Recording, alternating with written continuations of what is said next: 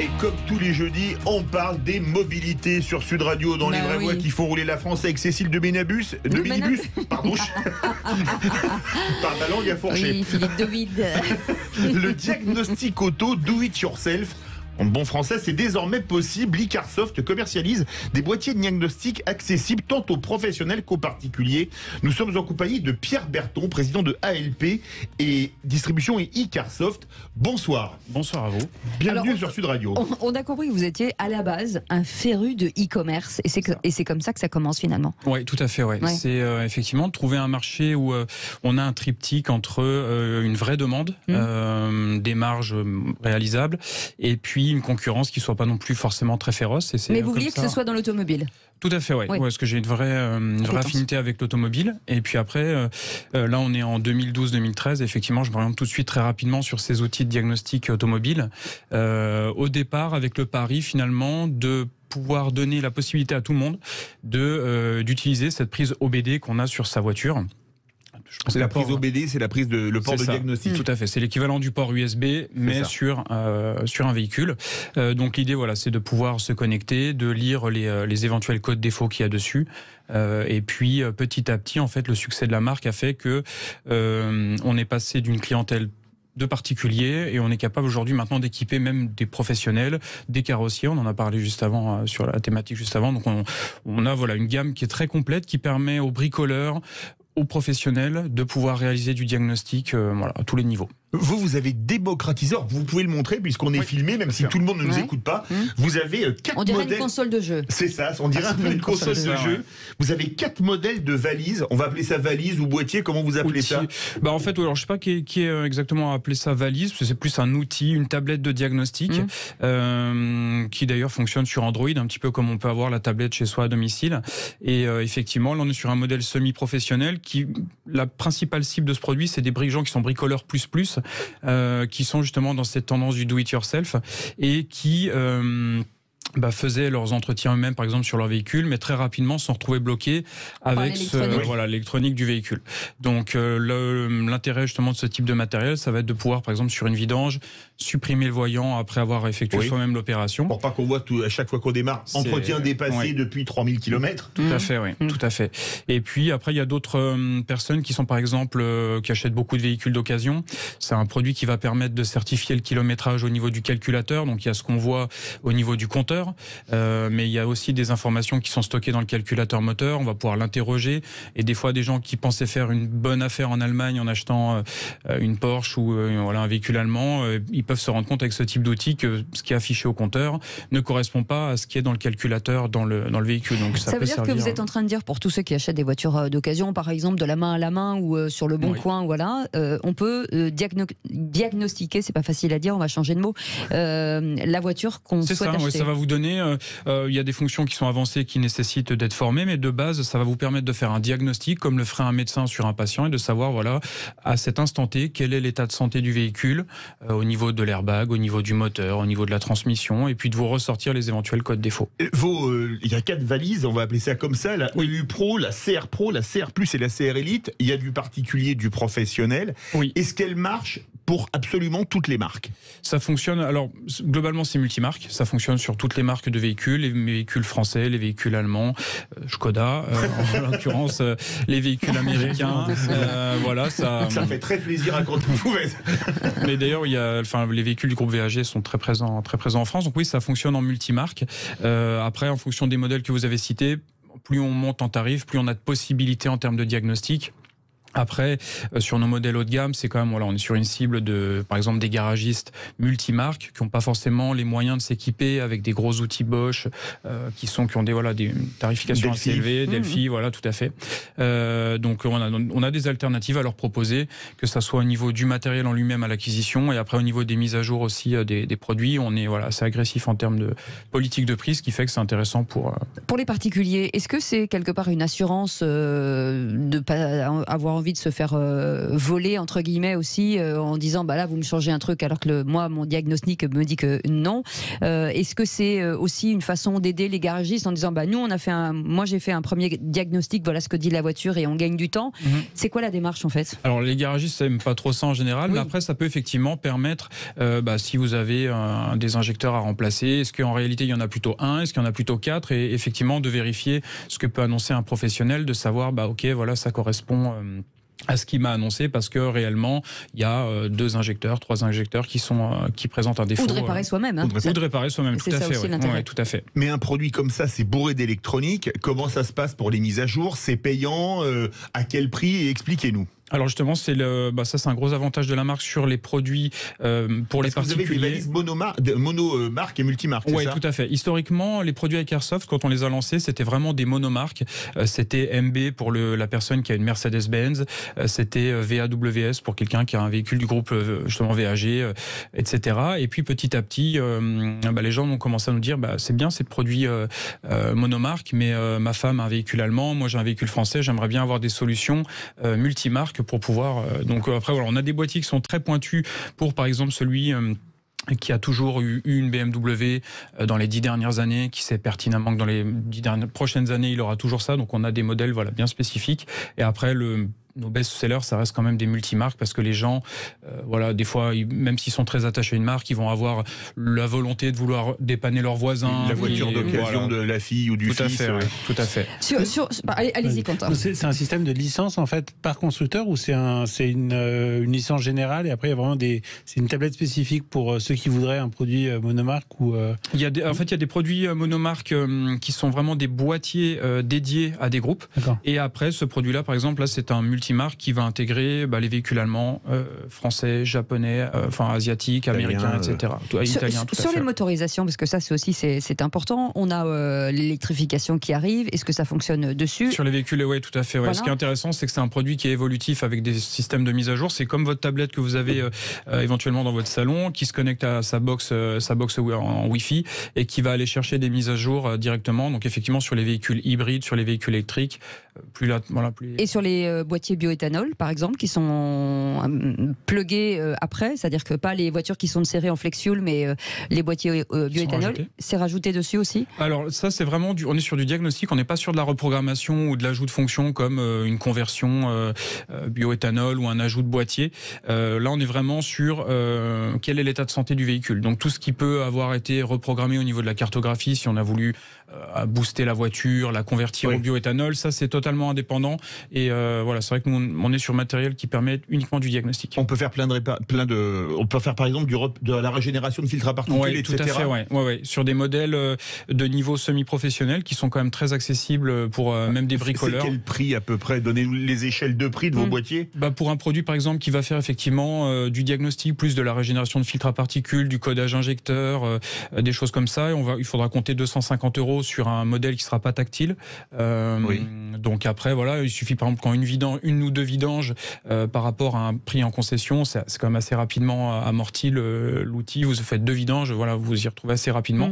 Mais pour répondre à votre question, entre 250 et 400 €, vous pouvez faire. Plutôt accessible. Il y a une paire de garanties constructeur quand vous êtes plugué sur la voiture ou pas du tout? Non, parce qu'en fait vous faites vraiment une lecture. Donc après sur les éventuelles reprogrammations que vous faites dessus, codage injecteur, etc. Si votre véhicule est sous garantie, il y a quand même pas trop de raisons de venir s'amuser à faire ce type d'opération. Mais après non, il n'y a pas de perte de garantie ni vis-à-vis de l'assurance. On n'est pas comme sur de la reprogrammation où on vient changer les données, les caractéristiques d'un véhicule. C'est pas tout à fait. C'est génial. Il y a Quentin qui était avec nous. Le groupe Volkswagen fait aussi des utilitaires. Ça marche aussi pour les utilitaires, par exemple, qui ont les mêmes mécaniques que les véhicules particuliers. Oui, tout à fait. Ça va fonctionner sur les fourgons type Iveco, Sprinter, Fiat Ducato. Ça marche. Et ça, on a aussi une gamme qui est pour les utilisateurs de poids lourds. Donc là, vraiment sur du véhicule lourd. Et on a des possibilités, des solutions diagnostiques. Et on l'achète sur quel site? sur icarsoft-france.fr. Et on est une société basée donc pas en Côte d'Ivoire, mais en Côte d'Or. Voilà. Il est taquin. Non, mais parce qu'il ne sait pas qui va ouvrir en Côte d'Ivoire. Oui. C'est Madame Yerma qui vous dit. Ça peut être effectivement, il y a des. Vous vendez déjà aux États-Unis, je crois. Oui, ça fait partie des perspectives de développement. Voilà, vous on voyez, cherche effectivement. à l'étranger. Voilà, c'est pour ça. Ouais. On s'ouvre sur les marchés. Bonjour, bienvenue dans la mauvaise foi. En tout cas, merci beaucoup. Par contre, on veut être invité à l'ouverture de Icarsoft Abidjan. Hein. Là, avec l'affaire de la Côte d'Ivoire, même aux États-Unis, on veut t'inviter. Voilà. Merci beaucoup, Pierre Berton, d'avoir été avec nous, président de ALP Distribution et d'Icarsoft France. Restez avec nous dans quelques instants. Bon, une bonne ou une mauvaise nouvelle. En tout cas, on va vous dire quelles sont les voitures qui ont été les plus volées cette année. Et on va en parler avec notre ami de chez Autoplus. On revient dans un instant. À tout de suite. Sud Radio, les vraies voix qui font bouger la France. 19h-20h, les vraies voix qui font rouler la France. Bienvenue dans les vraies voix qui font rouler la France. On vous donne toute l'actualité forcément de l'automobile en général. Tous les jeudis, on est ravis de vous retrouver avec Philippe David. Et on va parler de chiffres qui repassent à la hausse. Chaque année, Autoplus, vous savez, dévoile en exclusivité la liste des 50 voitures les plus volées en France. Encore cette année, le classement 2023 a été établi en compilant justement ces données. Pour en parler, Nicolas Bernard est avec nous, le rédacteur en chef d'Autoplus. Bonsoir Nicolas Bernard, Bonsoir. Bienvenue.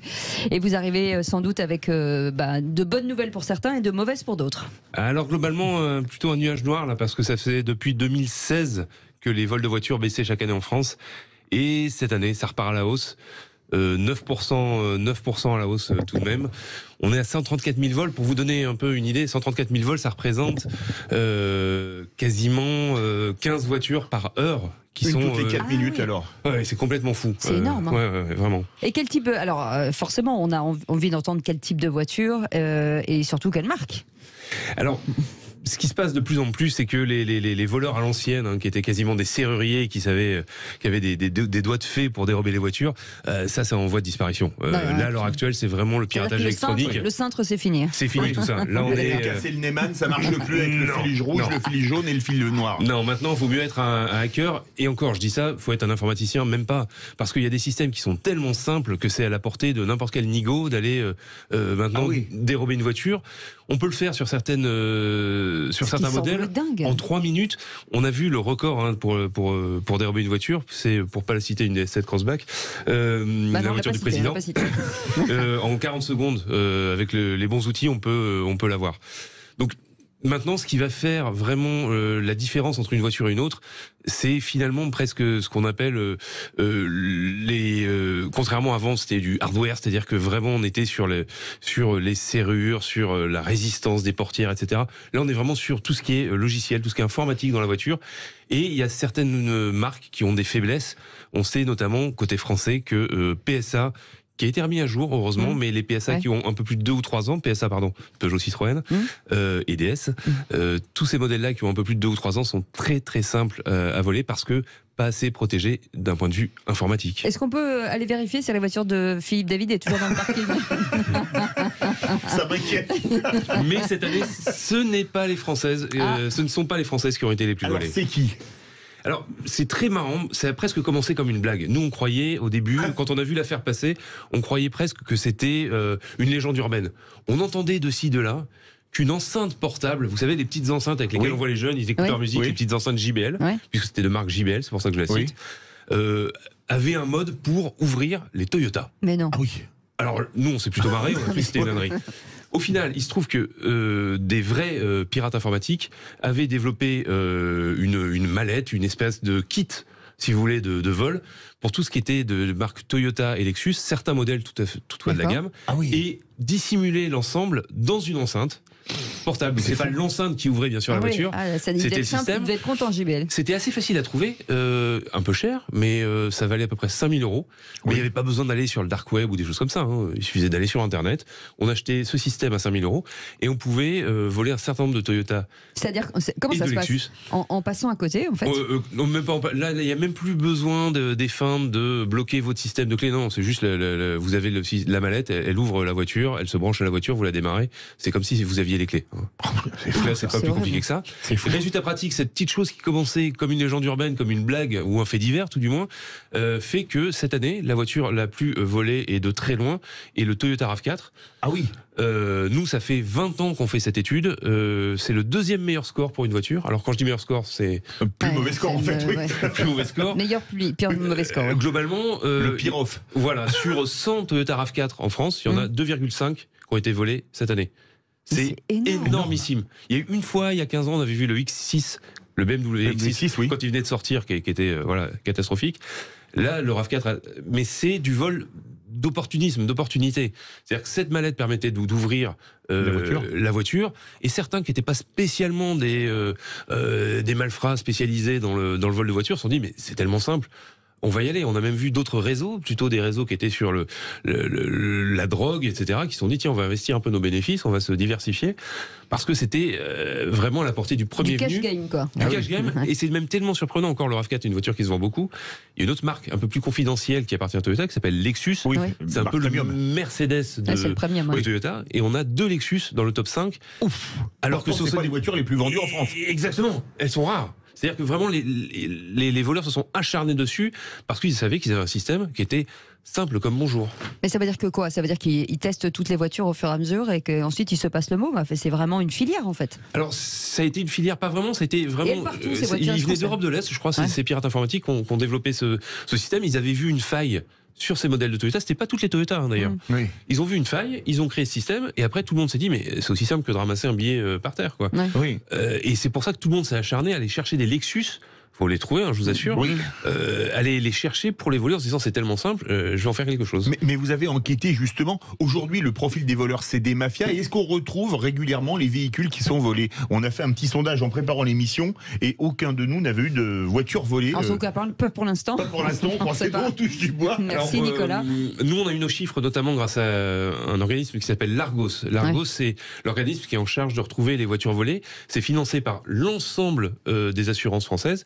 Et ils travaillent en collaboration avec le ministère de l'Intérieur, qui n'a pas toujours le temps de diligenter des enquêtes pour telle ou telle voiture volée. Donc quand l'Argos retrouve une voiture, ils appellent la police, ils disent voilà, là on sait qu'elle est là, la police est sûre de ne pas venir pour rien. L'Argos a l'ensemble des assureurs, donc nous on avait 100% des chiffres des voitures assurées en France. On s'est basé sur ces chiffres pour retrouver le classement qu'on vous donne là, et pour répondre plus directement à votre question, eux retrouvent à peu près 40% des voitures. Alors attention, c'est pas toujours une bonne nouvelle. Pourquoi parce qu'on peut retrouver sa voiture notamment au bout de 2-3 jours. Quelqu'un l'a juste volé, par exemple quelqu'un qui avait le truc Toyota, l'ouvre en 2 secondes, rentre chez lui juste parce que ça l'a rangé. La voiture est tellement simple à voler, il n'y a pas de but de la revendre. C'est un transport gratuit. C'est un transport gratuit. Mais vous avez perdu votre plein. En ce moment, on a eu des lecteurs qui disaient mais moi j'ai retrouvé ma voiture, je venais de faire le plein, j'en ai eu pour 100 balles. Et je le retrouve et il n'y a plus rien dedans. La voiture est dégueulasse. Les gens ont mangé, ont mis des détritus à l'intérieur. Parfois, quand on se prend soin de sa voiture, on se retrouve avec des traces de pieds, des choses comme ça. Des petits coups parce qu'ils ouvrent les portes sans faire attention. Oui, c'est clair. Et ça, aller le prouver à l'assurance que ça y était pas avant, c'est quasi impossible. Donc vous allez trouver votre voiture en mauvais état avec le plein, avec le réservoir qui est vide. Alors vous êtes content, vous avez retrouvé votre voiture. Ouais. Est-ce que justement, quand on a Quentin avec nous de chez Škoda, est-ce que c'est une priorité pour les constructeurs de faire des voitures les plus difficiles à voler possible? Alors pour les constructeurs, pour nos clients, très clairement, oui, c'est un argument de vente. En tout cas, on est heureux de pas être dans ce classement. On laisse le podium aux autres. Exactement. C'est pour une fois, on aime bien pas être en tête là-dedans. Il n'y a pas de souci, ça nous va bien. Mais c'est une priorité pour les constructeurs d'améliorer. C'est vraiment important. Il y avait vraiment il y a eu la période des années 90 avec les antidémarrages qui se généralisaient, etc. Et maintenant, c'est la sécurité informatique, c'est aussi important parce que ça pourrait potentiellement engager la responsabilité du constructeur. Le but de nombreux constructeurs, c'est d'éviter justement ces vols d'opportunités. C'est-à-dire que un voleur qui veut votre voiture, quelle qu'elle soit, quel que soit le système pour la défendre, s'il veut vraiment votre voiture, il l'aura. Un voleur pro.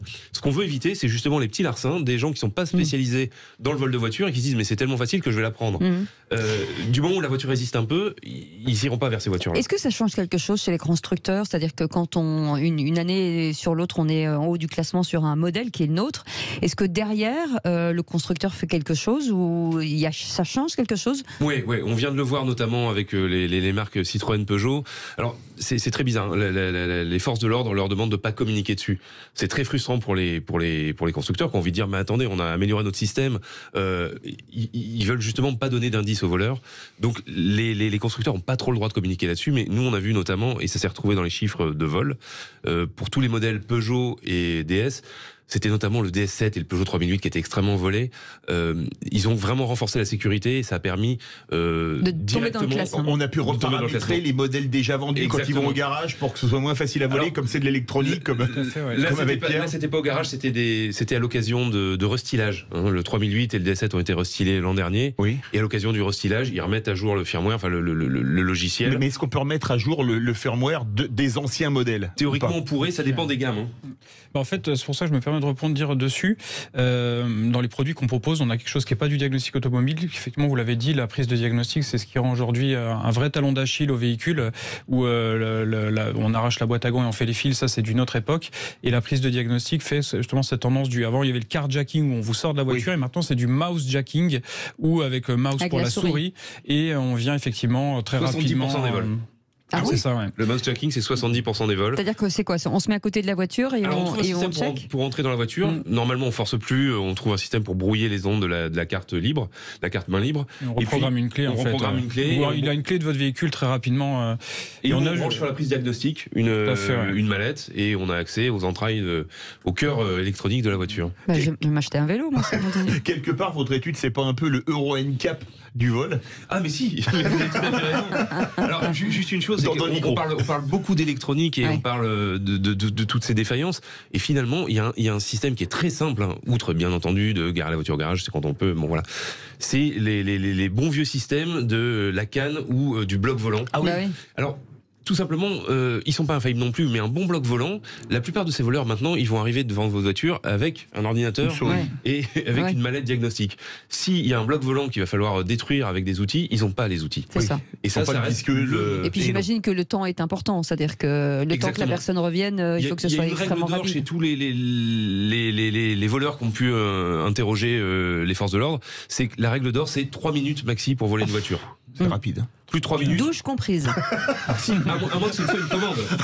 À moins que ce ne soit une commande, bien entendu. Vous avez une Ferrari, on veut vous la voler, on passera le temps qu'il faut. Là, c'est autre chose. Juste une voiture comme ça, plus de 3 minutes, on abandonne, on en fait une autre. En tout cas, c'est disponible dès demain matin dans Autoplus. Tout à fait, bien la sûr. liste complète. La liste complète. J'espère que la vôtre n'est pas dedans. En tout cas, merci de votre fidélité. Merci de nous avoir écoutés. Merci à tous d'avoir été là ce soir. Merci pour nous éclairer. Oui, absolument. Et nous éclairer sur ces nouveautés dans l'automobile. Absolument. Dans un instant. Alors là, c'est pas croyable parce que le groupe que reçoit Yvan Cujous dans le Loft Music, c'est les Délinquantes. Alors après le sujet dont on vient de parler, on pouvait pas mieux coordonner les deux émissions. Et nous, on vous retrouve demain pour la dernière de la semaine. Passez une belle soirée, on vous retrouve demain. Belle soirée, et tout de suite, juste avant Yvan Cujous et les Délinquantes, on va parler de votre argent avec Stéphane Moller. Allez, salut, à demain.